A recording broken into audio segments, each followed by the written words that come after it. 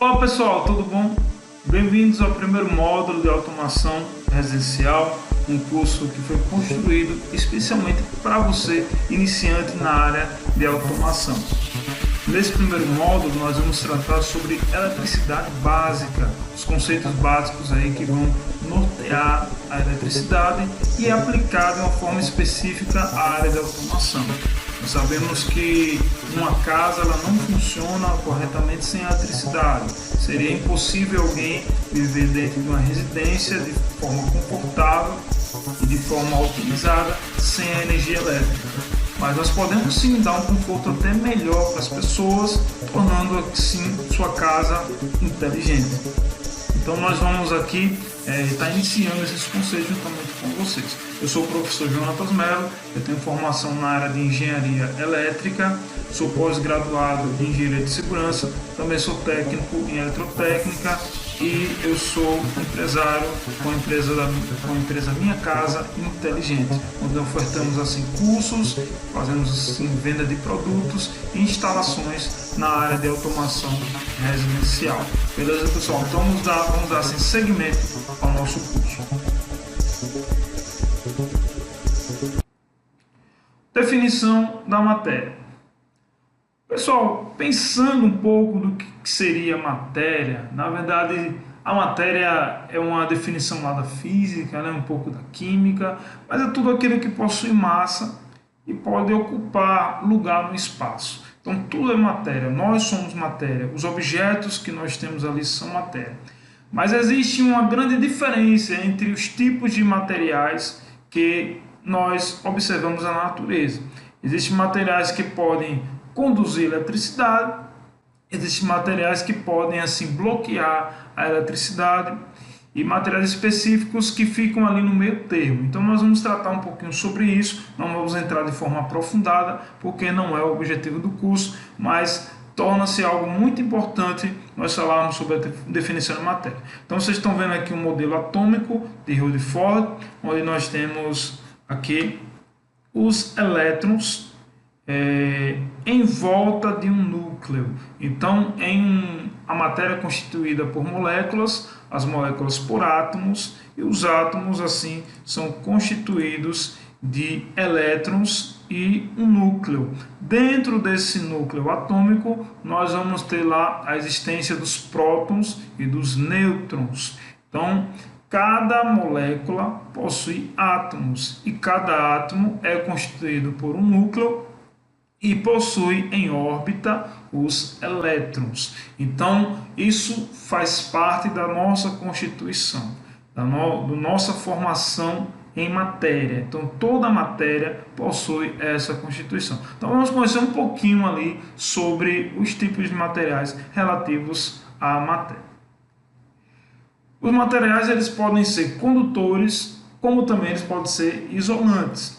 Então qual seria a diferença entre um material condutor e um material isolante? Então o material isolante é aquele tipo de material que não conduz a eletricidade. No caso, ele bloquearia a eletricidade. Enquanto os materiais condutores são aqueles materiais que possibilitam a movimentação de cargas elétricas no seu interior com grande facilidade, certo? Então vamos dar exemplos aqui de materiais condutores. Temos aqui o cobre, temos o alumínio, o ouro e a prata como materiais condutores de eletricidade, certo? Como materiais isolantes, nós vamos ter como exemplo a borracha, vamos ter aqui o plástico, o vidro e a cerâmica. Então, esses materiais eles se distanciam com relação a isso, a sua constituição. Todos os materiais condutores, eles possuem os elétrons mais ligados ao núcleo, mais desligados ao núcleo, enquanto os materiais isolantes possuem uma força muito grande de interligação com o núcleo. Já os condutores, existem elétrons livres que percorrem de um átomo para outro. Por conta disso, eles conseguem assim facilmente passar de um átomo para outro, formando assim o conceito que nós chamamos de corrente elétrica. Certo, pessoal? Vamos seguir. Com relação às grandezas elétricas, o que são grandezas? Grandeza é tudo aquilo que a gente consegue medir. Grandeza elétrica são medições realizadas em conceitos elétricos, como por exemplo nós temos aí as 4 principais grandezas elétricas da eletricidade que eu estou mostrando aí para vocês nesse slide.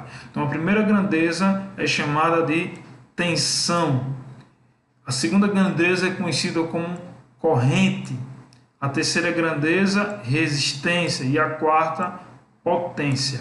Pessoal, é de suma importância nós sabermos assim diferenciar essas 4 grandezas elétricas. Existem diversas outras grandezas, mas essas 4 elas têm uma importância muito grande para o estudo inicial na parte elétrica. Então a tensão elétrica, vamos lá aqui comigo, a tensão elétrica ela é a força, certo, que impulsiona os elétrons. Então vamos pensar assim, a tensão é a força de impulsão, certo? Então nós vamos estar identificando tensão com o símbolo V. Então nos equipamentos de automação, nos interruptores, nós vamos, por exemplo, comprar uma televisão no supermercado e vamos pedir, ó, eu quero uma televisão de 127 volts. Então é assim que nós vamos estar se direcionando ao vendedor, e ele vai saber ali, vai nos passar o equipamento correto. Uma lâmpada de 127 volts, um equipamento de 220 volts. Então, volts, que é a unidade de medida de tensão, refere-se à tensão elétrica, que é a força que impulsiona os elétrons, que provoca a movimentação dos elétrons. Uma grande curiosidade, pessoal, é o corpo humano. Porque existem situações que nós não tomamos o choque elétrico. Por exemplo, se nós toparmos em uma pilha. A pilha tem uma tensão elétrica na faixa de 1,5 volts. É porque aquela tensão da pilha, 1,5 volts, ela não tem força suficiente para assim para bloquear, para suportar, né, ou para passar pela resistência do nosso corpo. Então a resistência do nosso corpo é superior à força daquela pilha. Já se nós formos arriscar, e eu peço que vocês não façam isso, e tocar em uma tomada elétrica, nós vamos tomar um choque. Por que vai acontecer isso? Porque ali naquela tomada existe uma tensão elétrica capaz de romper a resistência do nosso corpo, certo? É por isso que é importante entendermos essas 4 grandezas, que elas estão muito ligadas, certo? Então vamos definir aqui também a corrente elétrica. A corrente é um movimento ordenado dos elétrons. Então, se existe tensão, pode existir ou não corrente elétrica. Para existir a corrente elétrica, tem que haver um movimento de elétrons, um movimento ordenado de elétrons. Então, nós vamos estar identificando corrente elétrica com a letra I e a unidade vai ser ampere. Beleza, pessoal? A resistência elétrica, o que é? É a oposição à passagem de corrente elétrica. Vamos estar identificando aí com a letra R e a sua unidade de medida é o ohm, certo? Então, toda matéria, pessoal, possui uma resistência elétrica. Então, logo a gente pode pensar, os materiais isolantes têm uma alta resistência elétrica, uma alta oposição à passagem de corrente elétrica, enquanto os materiais condutores vai possuir uma baixa resistência, por isso que consegue aí conduzir facilmente a eletricidade. Vocês perceberam como é que acontece? Um assunto está muito ligado ao outro. Então, é assim que nós estudamos a eletricidade, sempre interligando um conceito ao outro, certo? E o que é potência elétrica? Nós definimos aqui potência como a capacidade de realizar trabalho, capacidade aí de produzir trabalho. Por exemplo, a gente tem uma lâmpada que pode ter a tensão de 127 volts. Vamos dar, por exemplo, um refletor que nós compramos lá para nosso quintal, nossa varanda, e ele tem 50 watts de potência, enquanto tem um refletor do outro lado que nós compramos de 200 watts de potência. O que é que a gente percebe na diferença do refletor de 50 watts para um refletor de 200 watts? A grande diferença é que o de 200 watts ele realiza mais trabalho, ele brilha mais. Então a potência está relacionada aí à execução de trabalhos. Nós vamos identificar com a letra P, potência útil, e a unidade watts, a unidade de potência. Então, tensão elétrica, corrente elétrica, resistência elétrica e potência elétrica são os 4 conceitos que nós devemos estar sempre ligados, certo, pessoal? Então, vamos passar assim para o próximo slide, mas vamos estar sempre tirando essas dúvidas relacionadas a grandezas elétricas. Qualquer dúvida, vocês podem entrar em contato com a gente e nós vamos estar assim retirando as dúvidas. Nós também, pessoal, podemos assim tratar sobre o conceito de corrente elétrica, tensão elétrica. Elas podem se apresentar de duas formas. Elas podem ser contínuas ou elas podem ser alternadas. O que seria uma corrente ou tensão contínua? Depende de onde ela surgiu, depende de onde ela foi gerada. Por exemplo, uma pilha, nós vamos ter uma pilha. A pilha é uma fonte de geração de tensão e corrente contínua, enquanto uma tomada é uma fonte de geração de tensão e corrente alternada. Eu vou explicar um pouco mais à frente por que essa diferença. Então, a corrente contínua, nós temos aqui, deixa eu pegar aqui meu laser, a corrente contínua é a corrente que passa através de um condutor ou de um circuito somente num sentido. A razão dessa corrente unidirecional se deve ao fato das correntes de tensão, como as pilhas e as baterias, manterem a mesma polaridade de tensão de saída. Então você vai ter aqui, pessoal, numa tensão contínua, a mesma polaridade. Por exemplo, a gente vai ter uma bateria de carro, aqui por exemplo, eu vou ter o positivo e vou ter o negativo dessa bateria.